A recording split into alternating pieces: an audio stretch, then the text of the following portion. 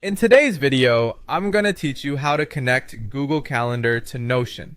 This process is straightforward and will allow you to bring your calendar events directly into your Notion workspace, making organization effortless and seamless. We'll go through each step in detail, ensuring you can easily follow along. First, begin by navigating to the Google Calendar website. Ensure you're logged into the account associated with your calendar. This is your main hub for organizing and viewing upcoming events, so make sure you're comfortable navigating the space. Once you're there, look for the calendar you want to connect.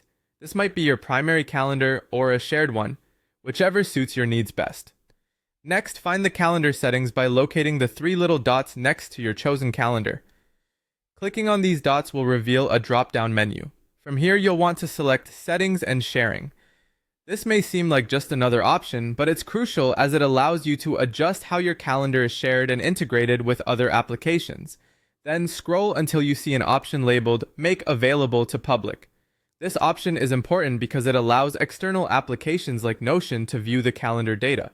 Simply check this box. Don't worry, there's another confirmation box that will appear saying, OK, click that too.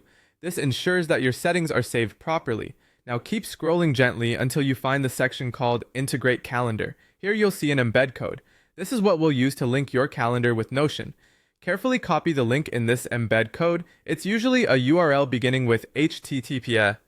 Make sure you have this copied as you'll need it in the next steps. Switching over to Notion now, open a page where you want this calendar to appear. Start a new line and type a slash, then type embed.